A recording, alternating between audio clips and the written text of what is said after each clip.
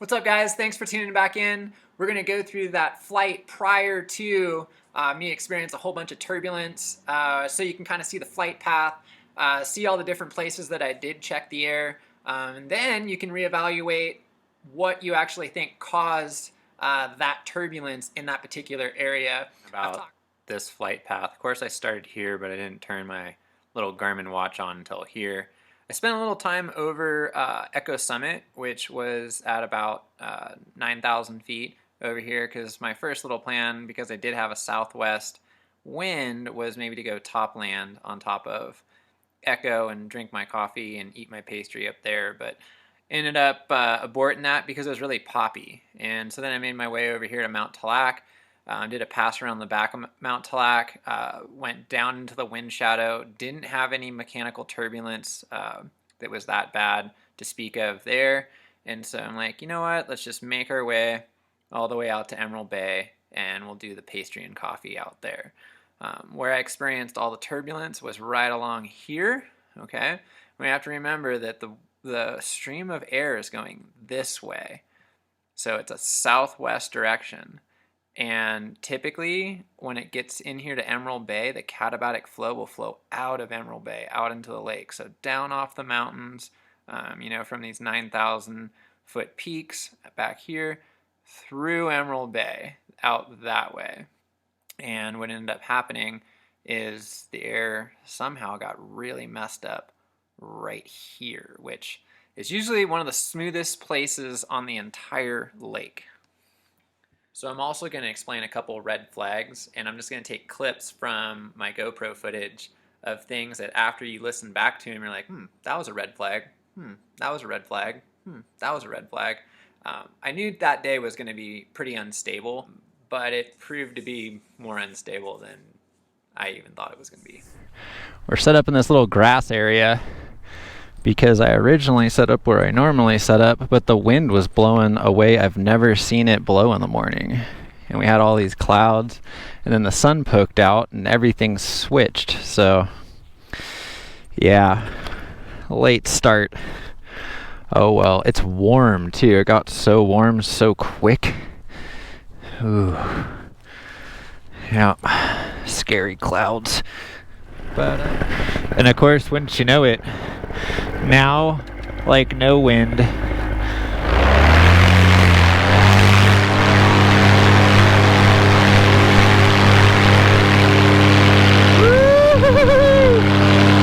got a fire.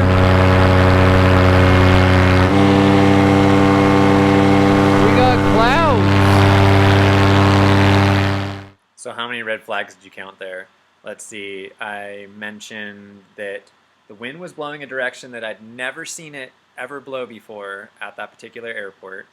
I had to set up in a spot that I've never flown out of. And the sun went behind the cloud, it came out, and everything got really warm in South Lake Tahoe at 6,200 feet of elevation.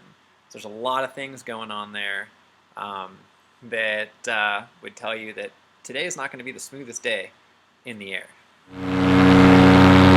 Doesn't seem like it's blowing the correct direction. We got sparkles on the lake, so that means we got wind up here. Yep, just hit the headwind. Ah! See, that's the problem with this helio. Is you need wind, you need it in the perfect direction. You need it laminar, not gusty. And yeah. And I think it might be too thermic today. I'm just making a lot of excuses. But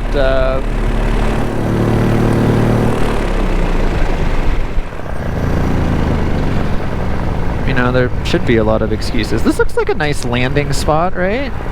So you can't land where the lava rock is. See, now I'm going 29 again. Let's see if we turn this way. 30. What is going on? Where did all our wind go?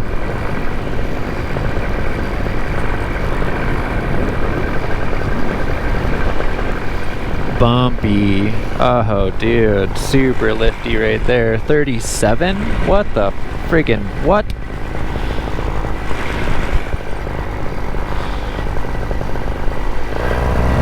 Let's go up a little bit higher. Try to figure out what the heck is going on. I mean, because that has a lot of texture based on that wind shadow. We should be like directly into the wind.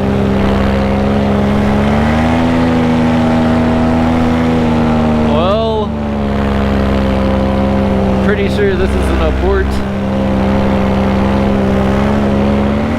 So today, like as far as like, you know, the airplane balloon or the balloon that they send up at the airport, today's a super unstable day, so that also might be what I'm feeling. Just finished up this part of the flight. There's Echo Peak. The red line showing you my flight path. As you can see, this is truly how I feel about trying to top land up here. I've been trying to do it for a while, just never seems to happen. But as I exit this way. I came in this way. And as I exit, I'm on the lee side of what would technically be some sort of like southwest flow of Echo Peak. And I'm going to make my way over to Mount Tallac, and I think everything was just poppy and thermic. It didn't have a flow at 10,000 feet. There wasn't any consistent wind anywhere. For our next trick, it definitely, to me, looks like a dog. But from this I don't, it looks like a wagging tail. No, maybe that's just the paddle. I keep thinking it's a wagging tail.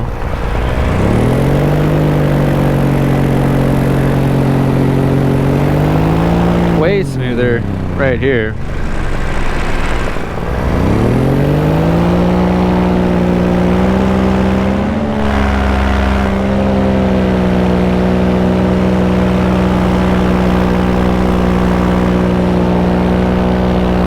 Tallac's gonna be nice to me today. We can get kind of close to her.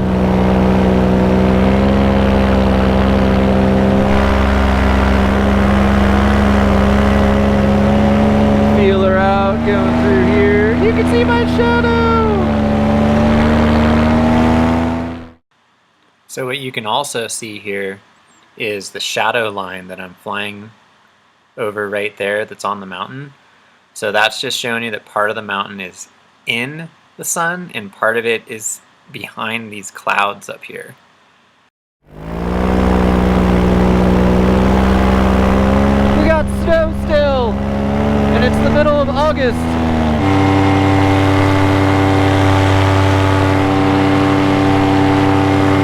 Woo! Nerve-wracking. There's people up on top.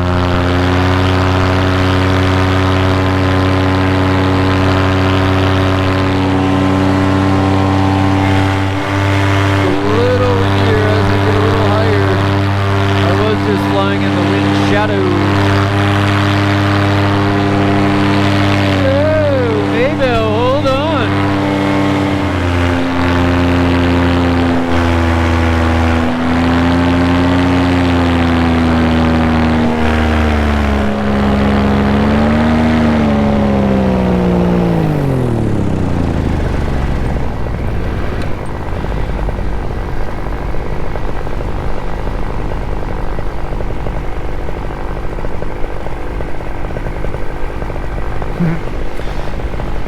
Woohoo!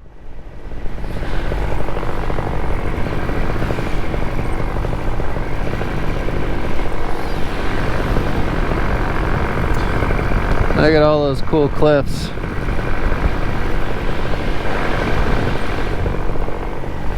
We're gonna be in sinky air that's spilling over the back. Well, I think where those boats are out there in Emerald Bay should be our heading. And, yeah. Might climb up just a little bit higher. Hey Maybell, you doing alright? Cool. Yeah, I can't see those people anymore either, but they're up there. There's your tour of Mount Tallac.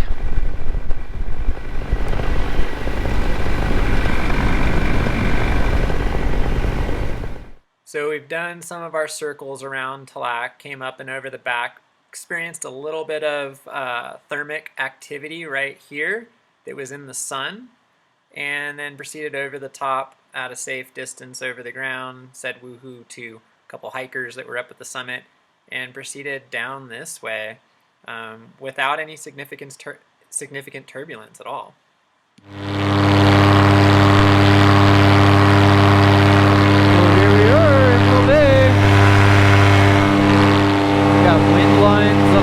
Out there with the sun on it.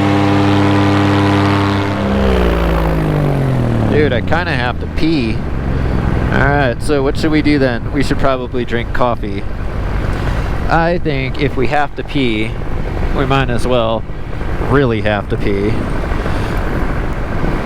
It doesn't look too windy in Emerald Bay. Dude, we're hauling ass right now. Out of Emerald Bay.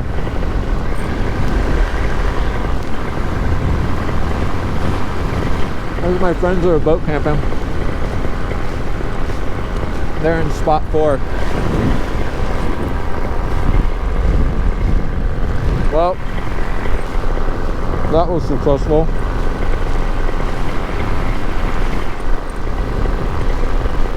We have 1,000 feet. We'll drink a little coffee. Guys, zipped up. Hey, look, it's the island. Whoop, whoop.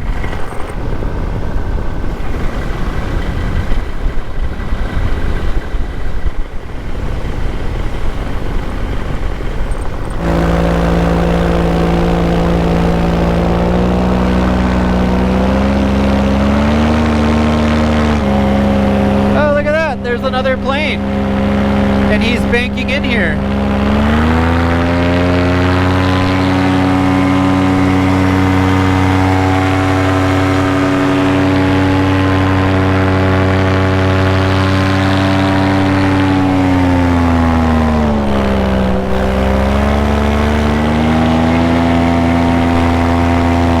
He saw me.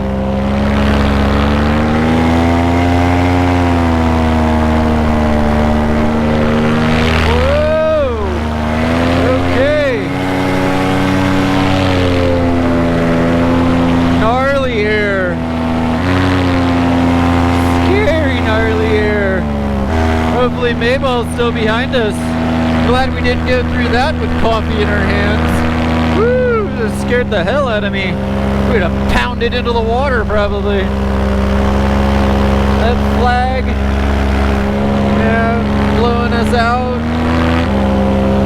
It's just an unstable day. Where did that plane go? There it is.